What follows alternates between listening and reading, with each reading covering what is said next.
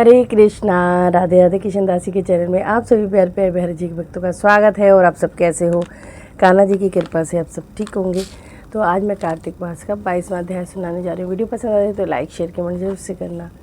तो तुलसी माता है सुखदाता, तुम हो कृष्ण की प्यारी, जो जगह हम तेरी दिन रात। ये भक्ति में तुलसी माँ को प्रणाम करती हूँ, शालिग्राम जी को प्रणाम करती हूँ, आंवला देव को नमन करती हूँ। बोलो बांके बिहारी लाल की जय, राधा रानी की जय। तो हाथ में तिल ले लेंगे रोज की तरह। इस प्रकार व्रत कथा का महत्व बताकर श्री सूत जी बोले, हे ऋषिगणों, अब मैं आपको भगवान श्री कृष्ण और राधा जी के संबंध में एक पवित्र प्रसंग सुनाता हूँ। महाराज पृथु ने नारद जी से पूछा, हे महर्षि, सभी गोपियों में राधा जी ही कृष्ण को अधिक प्रिय क्यों हैं, तथा यह भी बताएं कि कार्तिक मास में भगवान श्री कृष्ण के साथ उनकी पूजा क्यों होती है। यह प्रश्न सुनकर नारद जी बोले, हे महाराज पृथु, पहले मनवंतर में प्राचीन वोही नामक एक राजा था, जिसने भगवान विष्णु का एक भव्य मंदिर बनवाया। वह उस मंदिर में नित्य प्रति विधि विधान से भगवान का पूजन किया करता था। उसी नगर में एक अत्यंत सुंदर स्त्री भी रहती थी, जो प्रेम विहल होकर भगवान के सामने नृत्य किया करती थी। उसकी एक ही लालसा थी कि वह भगवान के गले में बाएं डालकर नृत्य करे। एक दिन उसने अपना सारा धन निर्धनों में बांट दिया और मंदिर में भगवान के समक्ष नृत्य करते हुए प्राण त्याग दिए। तब भगवान के दूत उसे दिव्य रथ पर बैठाकर स्वर्ग में ले गए, जहाँ वह चंद्र कीर्ति नामक एक अत्यंत सुंदर एवं लावण्यमयी देवांगना बनी। एक दिन वह दर्पण में अपना अद्भुत रूप देखकर मन ही मन में कहने लगी कि भगवान के अतिरिक्त मेरा पति अन्य कोई ही नहीं हो सकता। ऐसा विचार कर उसके मन में भगवान की छवि धारण की और नृत्य करने लगी। कुछ समय बाद ही दैत्यों के आतंक से दुखी होकर समस्त देवतागण एवं देवांगनाएं ब्रह्मा जी के शरण में गए। तब ब्रह्मा जी ने उन्हें भगवान विष्णु के कृष्ण अवतार लेने का वृतांत सभी देवताओं को बताया और आज्ञा दी कि आप सभी देवता ग्वाल बाल के रूप में एवं देवांगनाएं गोपियों के रूप में जन्म लेकर धरा पर भगवान की सेवा करें। तब देवांगनाएं चंद्र कीर्ति ने श्री ब्रह्मा जी से प्रार्थना की कि हे पितामह, मेरी पूर्व जन्म की यह इच्छा है कि भगवान मेरे साथ नृत्य करें।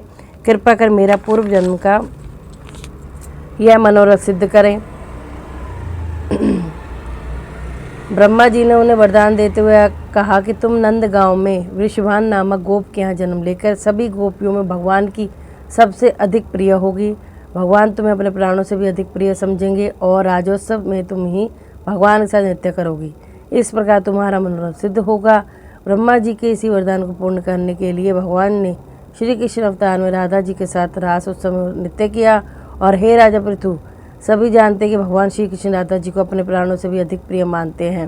हे राजन, जो जन भगवान कृष्ण राधा जी के अवतार की इस कथा को पढ़े सुनेंगे, उन्हें भगवान श्री कृष्ण चरणों में स्थान प्राप्त होगा। बोलो श्री कृष्ण भगवान की, श्री राधा कृष्ण भगवान की जय। तो ये था 22वां अध्याय और इसमें श्री राधा रानी के विषय में बताया गया है, क्यों प्रिय हैं वो हमारे कान्हा जी के लिए। ठीक है जी। तो चले जी, अब मैं आरती कर लेती हूँ और कल से मैं सभी अध्याय 2-2 पढ़ूंगी, ताकि पूरे 35 अध्याय कंप्लीट करने हैं हमें पूर्णिमा से पहले। तो मैं आपको 2-2 अध्याय सुनाऊंगी, तो आप सुनना। ठीक है जी। ओम नमो भगवते वासुदेवाय, ओम नमो भगवते वासुदेव, ओम नमो भगवते वासुदेवा वासुदेवाय। अब आरती कर लेते हैं। तुलसा महारानी नमो नमो, हरि की पटरानी नमो नमो। कौन से महीना भूत सरानी, कौन से महीना हुई हरियाली।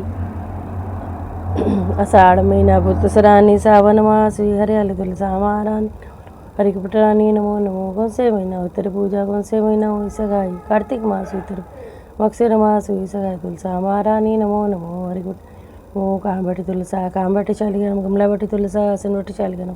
तुलसा महारानी नमो नमो, हरि की पटरानी नमो। 56 भोग 25 व्यंजन, बिन तुलसी ने एक भी पूजन। तुलसा महारानी नमो नमो, हरि की पटरानी नमो। जो तुलसी जी की आरती गावे, वसी वैकुंठ परम पद पावे। जो तुलसी जी की आरती गावे, मनवांछित वरिद्धि सिद्धि पावे। तुलसा महारानी नमो नमो, हरि की पटरानी नमो नमो।